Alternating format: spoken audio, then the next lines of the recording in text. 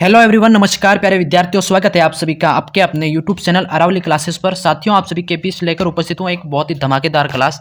ये क्लास आप सभी देख सकते हो रीट पात्रता परीक्षा 2025 से की है, जो कि आपके विज्ञान के मोस्ट इंपोर्टेंट क्वेश्चन PYQ यानी कि आपके प्रीवियस ईयर्स क्वेश्चन है, जो कि पहले एग्जाम्स के अंदर पूछे गए हैं, जो कि परीक्षा में रिपीट होने वाले प्रश्न हैं मोस्ट इंपोर्टेंट। ये क्लास की बात करें तो लेवल 1 और लेवल 2 दोनों के लिए आपकी महत्वपूर्ण रहने वाली है। बिल्कुल रीट के जो नए सिलेबस है उसके अनुसार ये क्वेश्चन संशोधित होकर किस तरह से इस बार पूछे जा सकते हैं परीक्षा का, में प्रश्नों का लेवल, साइंस के क्वेश्चन का लेवल किस तरह का रहने वाला है वो पूरा मैंने संशोधित करके आपको इसमें बताया है। और मोस्ट इंपोर्टेंट क्वेश्चन क्लास है, क्लास को पूरा देखिएगा। देखो, आपके सामने रीट परीक्षा के लिए जो संभावित प्रश्न है उसके लिए क्लास मोस्ट इंपोर्टेंट है। जो साइंस लेवल 1 और लेवल 2 की तैयारी कर रहे हैं उन सभी के लिए ये क्लास काफ़ी शानदार है। तो चैनल पर नहीं तो चैनल को सब्सक्राइब कर लेना, वीडियो को पूरा देखिएगा। चलिए शुरू करते हैं। आज का पहला प्रश्न पूछा गया आप सभी के सामने। पहला प्रश्न है आप सभी के सामने साथियों, मोस्ट इंपोर्टेंट प्रश्नों को पढ़िए कि सूर्य की ऊर्जा का मुख्य स्रोत क्या है। सूर्य की ऊर्जा का मुख्य स्रोत क्या है? ए आपका दहन, बी परमाणु संलयन, सी आपका परमाणु विखंडन और डी आपका रासायनिक प्रतिक्रिया। तो साथियों, सूर्य की जो ऊर्जा होती है उसका मुख्य स्रोत क्या होता है? मुख्य स्रोत की बात करनी है तो इसमें आपका राइट क्या हो जाएगा? जल्दी से फटाफट इसमें कमेंट में आंसर देना है सभी को। मुख्य ऊर्जा स्रोत क्या है? तो वो आपका हो जाएगा परमाणु संलयन हो जाएगा। कौन सा हो जाएगा? परमाणु संलयन ऊर्जा, जो कि आपके सूर्य के ऊर्जा का मुख्य स्रोत हो जाएगा। बी ऑप्शन करने वाले मेरे प्यारे साथियों सभी का वेरी इंपॉर्टेंट राइट हो जाएगा। और लेवल 1 और लेवल 2 दोनों के लिए आपका मोस्ट इंपॉर्टेंट क्वेश्चन है, ध्यान से पढ़िएगा, मोस्ट इंपॉर्टेंट है। अब बढ़ते हैं अगले प्रश्न की तरफ। प्रश्न आपका सेकंड पूछा गया साथियों, बहुत ही शानदार तरीके से। प्रश्न को थोड़ा छोटा कर लेते हैं फिर पढ़िएगा। प्रश्न पूछा गया आप सभी के सामने बहुत ही शानदार तरीके से। प्रश्न है आपका कि पृथ्वी के वायुमंडल में सबसे अधिक मात्रा में कौन सी गैस पाई जाती है? बताओ, पृथ्वी के जो वायुमंडल है जिसमें सबसे अधिक मात्रा में कौन सी गैस पाई जाती है प्यारे साथियों? तो आपका इसमें राइट हो जाएगा नाइट्रोजन। कौन सी होती है? नाइट्रोजन गैस है जो कि सर्वाधिक पाई जाती है। समझ के सभी? हाँ, तो इसमें भी आपका बी वाला ऑप्शन मोस्ट इंपोर्टेंट राइट हो जाएगा। Very important. वायुमंडल में सबसे ज्यादा गैस की बात करें तो आपकी नाइट्रोजन हो जाएगी, यानी कि एन, है ना। अब बढ़ते हैं अगले प्रश्न की तरफ। प्रश्न आपका 3 पूछा गया साथियों, बहुत ही शानदार तरीके से प्रश्न को पढ़िएगा। प्रश्न है आपका, प्रकाश वर्ष किसका माप है? प्रकाश वर्ष है जिसका किसका माप है? समय का, दूरी, या प्रकाश की तीव्रता, या फिर ऊर्जा? बताइए जल्दी से क्या राइट हो जाएगा। प्रश्न 3 का आंसर देना है। मोस्ट इंपोर्टेंट, प्रकाश वर्ष किसका माप है? तो ये आपका हो जाएगा साथियों दूरी का। मोस्ट इंपोर्टेंट, इसमें भी आपका बी वाला ऑप्शन है जो मोस्ट इंपोर्टेंट राइट हो जाएगा। समझ गए? दूरी किसका माप, दूरी मतलब प्रकाश वर्ष किसका माप है? तो दूरी का, है ना, डिस्टेंस।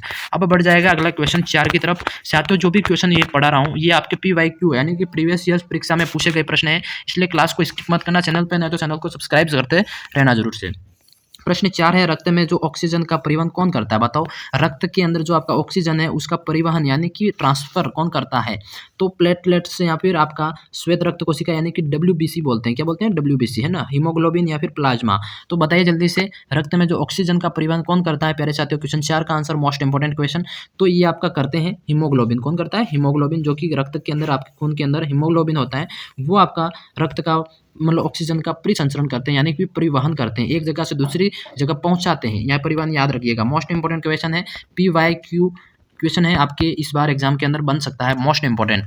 अब बढ़ते हैं क्वेश्चन 5 की तरफ साथियों। क्वेश्चन 5 आप सभी के सामने मोस्ट इंपोर्टेंट पूछा गया है, ध्यान से सवाल को पढ़िएगा फिर आंसर देना है। सवाल है आपका, न्यूटन का तीसरा नियम क्या है? न्यूटन का जो आपका तीसरा नियम है वो क्या कहता है? बताओ जल्दी से, न्यूटन का तीसरा नियम क्या कहता है प्यारे साथियों?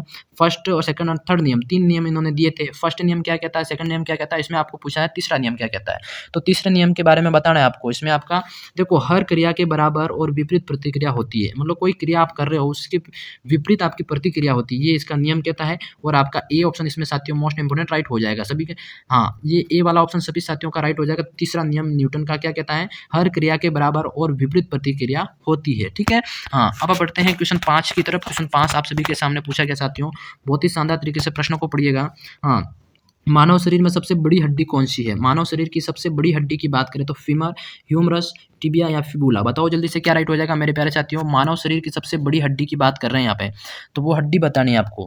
हाँ बिल्कुल, इसमें सबसे बड़ी हड्डी की बात कर रहे हैं। हाँ, तो वो आप हो जाएगी साथियों, हाँ फीमर, फीमर वाली जो है ना, हाँ ये ए वाला ऑप्शन आप सभी का मोस्ट इंपोर्टेंट राइट हो जाएगा। और सबसे छोटी हड्डी कौन सी हो जाएगी? कान के अंदर होती है। कौन सी? तो कान के अंदर होती है, वो आपको नाम बताना है। फीमर इसमें सबसे बड़ी हड्डी हो जाएगी। मोस्ट इंपोर्टेंट क्वेश्चन है, रीट पात्रता परीक्षा लेवल 1 एंड लेवल 2 साइंस विज्ञान दृष्टि से। ठीक है, हाँ, अब बढ़ते हैं अगले प्रश्न की तरफ। प्रश्न आपका अगला पूछा गया साथियों, बहुत ही शानदार तरीके से प्रश्न को पढ़िएगा। 7वां प्रश्न आपका पूछा गया साथियों कि जल का जो रासायनिक सूत्र है वो बताना है। जल का रासायनिक सूत्र क्या कहलाता है? जल का रासायनिक सूत्र की बात करें प्यारे साथियों तो इसमें हो जाएगा H2O। H2O ये कि आपका जल का रासायनिक सूत्र हो जाएगा, समझ गए सभी। हाँ, ये याद रखना है, H2O आपका जो कि जल का रासायनिक सूत्र है, कई बार एग्जाम के अंदर पूछा जाता है और इस बार भी पूछा जाने वाला है।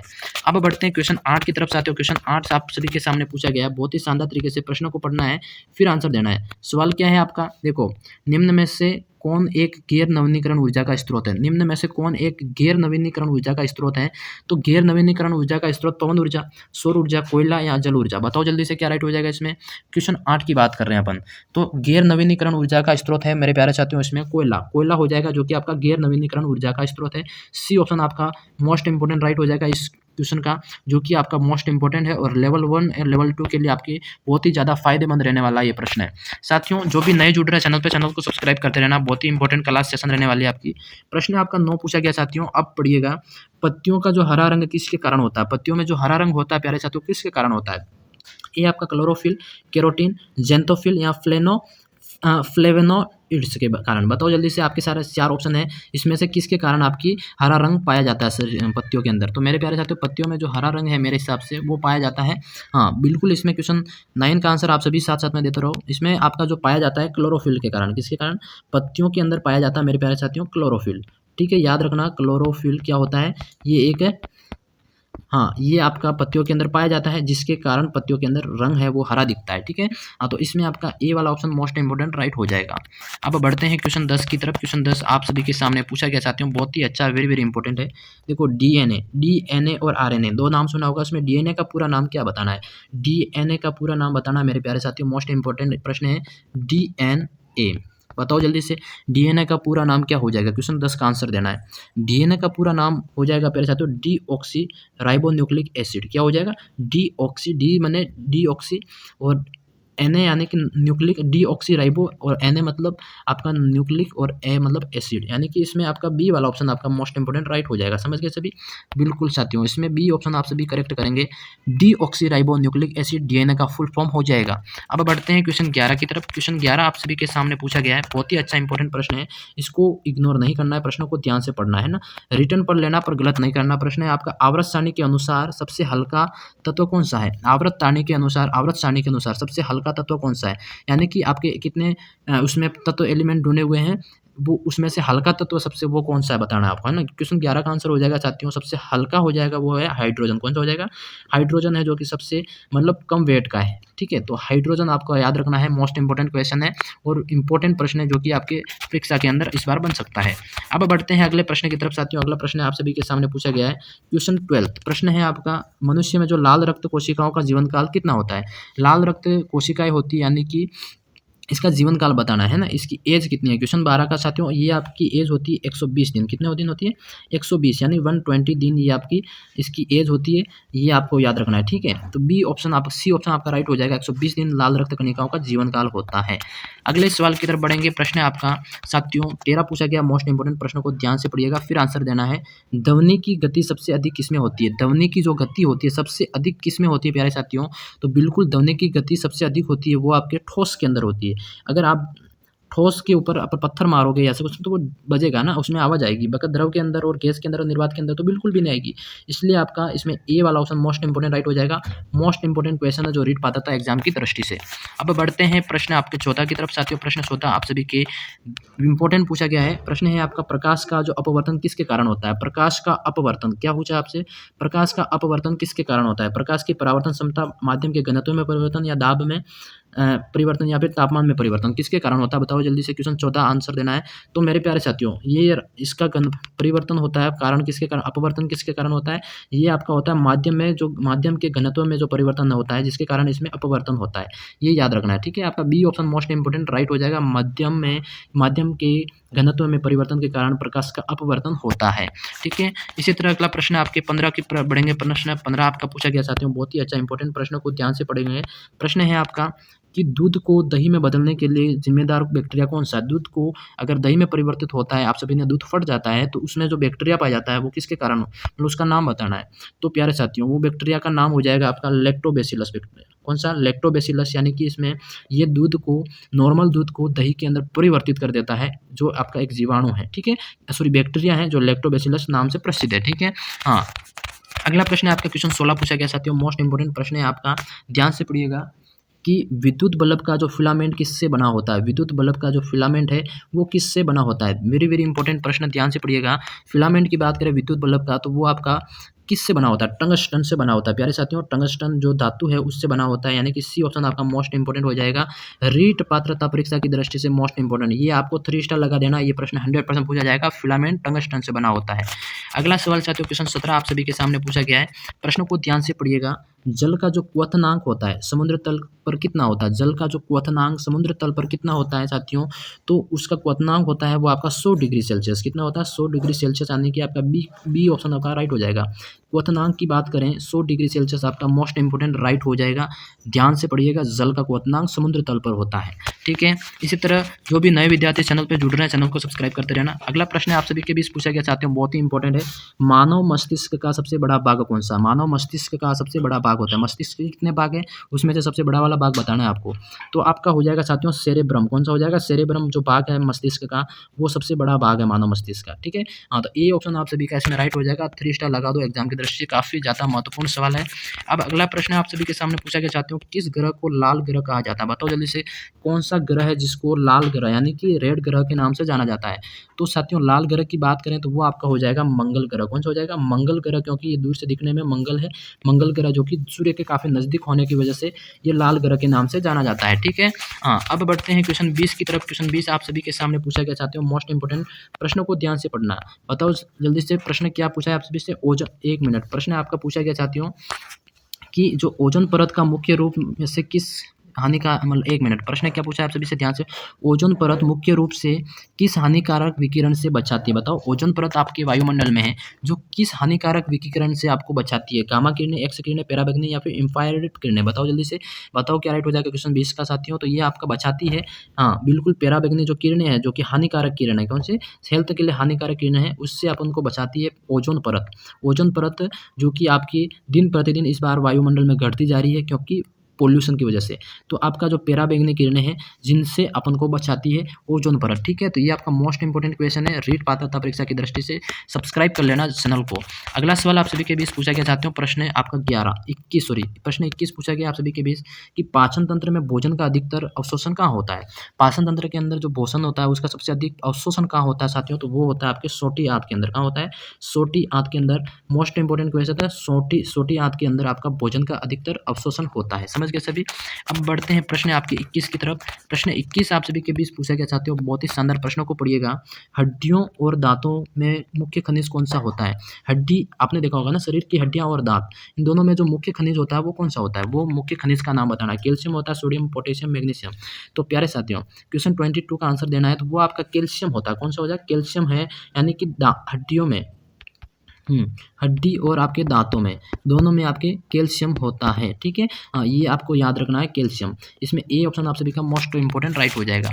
अब बढ़ते हैं प्रश्न आपके 23 की तरफ, प्रश्न आपका 23 क्या पूछा गया, बहुत ही शानदार, कोशिका का ऊर्जा केंद्र यानी कि शक्ति ग्रह किसको कहते हैं, कोशिका का ऊर्जा केंद्र की बात करें तो वो आपका हो जाएगा इसमें माइटोकॉन्ड्रिया, कौन सा हो जाएगा, माइटोकॉन्ड्रिया को कोशिका का शक्ति ग्रह कहा जाता है, बी ऑप्शन आपका राइट हो जाएगा। अगला प्रश्न आप सभी के सामने साथियों प्रश्न पूछा गया है, बहुत ही इंपॉर्टेंट प्रश्न है आपका 24 है कि प्रकाश का वेग कितना होता है, प्रकाश का वेग बताना है कितना होता है, प्रकाश का वेग साथियों इसमें आपका राइट हो जाएगा, मोस्ट इंपोर्टेंट है, हाँ बिल्कुल 3 × 10 डिग्री 8 मीटर सेकंड के अंदर, ये आपका प्रकाश का वेग है। ये काम करना, इसको बी ऑप्शन है आपका, इसको लिख देना, स्क्रीनशॉट ले लेना और इसको रख लेना, याद कर लेना, ठीक है। ये आपका प्रकाश का वेग है, मोस्ट इंपोर्टेंट क्वेश्चन है जो कि मीन्स यानी कि आपकी पात्रता में और मेंस एग्जाम के अंदर भी पूछा जा सकता है, साइंस लेवल 1 और लेवल 2 के अंदर, ठीक है।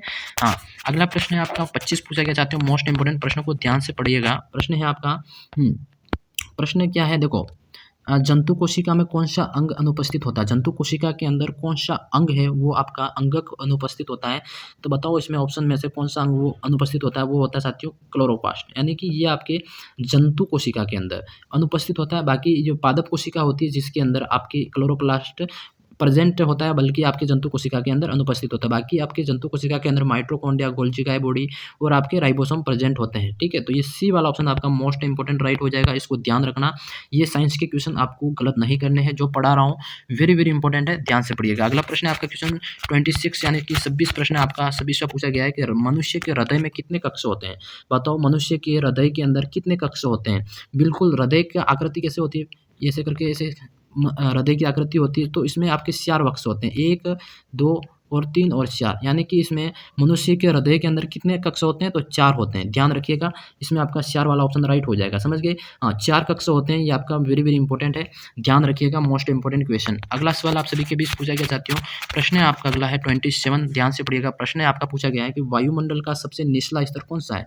वायुमंडल में कितनी परतें हैं टोटल। हाँ बिल्कुल, उसमें से सबसे निचला स्तर आपका कौन सा हो जाएगा, सबसे नीचे वाला वो स्तर आपका हो जाएगा साथियों, हाँ ट्रोपोस्फियर। कौन सा हो जाएगा, ट्रोपोस्फियर, यानी कि आपका इसमें ए वाला ऑप्शन राइट हो जाएगा। ए वाला ऑप्शन यानी कि ये आपका ट्रोपोस्फियर यानी कि सबसे निचला स्तर, हिंदी में बोले तो सौर मंडल या ऐसा कुछ है, वो आपको याद रखना है। ट्रोपोस्फियर याद रखो, ये भी आपका अच्छा है, ठीक है। तो ए ऑप्शन आपका मोस्ट इंपोर्टेंट राइट हो जाएगा। अगला सवाल क्वेश्चन 8 आप सभी के 28 पूछा गया आप सभी के सामने, विद्युत धारा का एसआई मात्रक बताना है। विद्युत धारा का अपना एसआई मात्रक बताना है, वो क्या होगा, वोल्ट, वाट, एम्पियर या ओम। बताओ जल्दी से क्या राइट हो जाएगा। विद्युत धारा का आपका एसआई मात्रक पूछा है आप सभी से, केमिस्ट्री से क्वेश्चन है आपका, ये हो जाएगा एम्पियर। कौन सा हो जाएगा, एम्पियर, जो कि विद्युत धारा का एसआई मात्रक हो जाएगा। मोस्ट इंपोर्टेंट क्वेश्चन है, ध्यान से पढ़िएगा। अगला सवाल आप सभी के बीच साथियों पूछा गया है, मोस्ट इंपोर्टेंट प्रश्न को ध्यान से पढ़िएगा। प्रश्न है आपका 29 का, देखो प्रश्न है, कौन सा अम्ल सिटी के डंक में पाया जाता है। बताओ कौन सा अम्ल सिटी के डंक में पाया जाता है, सिट्रिक अम्ल, फॉर्मिक अम्ल, लैक्टिक अम्ल, एसिटिक अम्ल। तो मेरे प्यारे साथियों, सिटी के डंक में जो अम्ल पाया जाता है वो फॉर्मिक एसिड होता है। कौन सा होता है, लाल सिटी के डंक में पाया जाता है ये, ठीक है। विशेषकर याद रखना, लाल सिटी के डंक में आपका फॉर्मिक एसिड पाया जाता है, जिसको काटने से आदमी की मृत्यु तक हो जाती है, शरीर सूजन आ जाता है ये, ठीक है। हाँ, ये काफ़ी खतरनाक एसिड होता है फॉर्मिक एसिड, जो कि आपका मोस्ट इंपॉर्टेंट है। रीट पात्रता परीक्षा की दृष्टि से 3 स्टार लगा दो आपकी रीट पात्रा में, ये आपको पूछा जाएगा। अगला सवाल एंड लास्ट सवाल आप सभी के बीच पूछा गया साथियों, ये सवाल आपको ध्यान रखने हैं, गलत बिल्कुल भी नहीं करने हैं। सवाल क्या है आपका, बिल्कुल सवाल को पढ़िएगा। हाँ, पानी में जो ऑक्सीजन की जो घुलनशीलता बढ़ाने के लिए क्या किया जा सकता है, बताओ। हाँ, पानी में जो ऑक्सीजन है उसकी घुलनशीलता बढ़ाने के लिए क्या किया जाता है। तो आपके सामने ऑप्शन है, पानी को ठंडा करना, पानी को ठंडा करके ऑक्सीजन की जो घुलनशीलता है उसको बढ़ा दिया जाता है, समझ गए सभी। तो बी ऑप्शन आपका मोस्ट इंपोर्टेंट क्वेश्चन राइट हो जाएगा। रीट पात्रता परीक्षा की दृष्टि से 3 स्टार लगा देना, ये क्लास काफ़ी ज़्यादा महत्वपूर्ण है। यहाँ तक क्लास देखने के लिए आप सभी का शुक्रिया। चैनल पर है तो चैनल को सब्सक्राइब कर लेना। मैं मिलता हूँ किसी नेक्स्ट क्लास में, तब तक के लिए जय हिंद, जय भारत दोस्तों, बाय।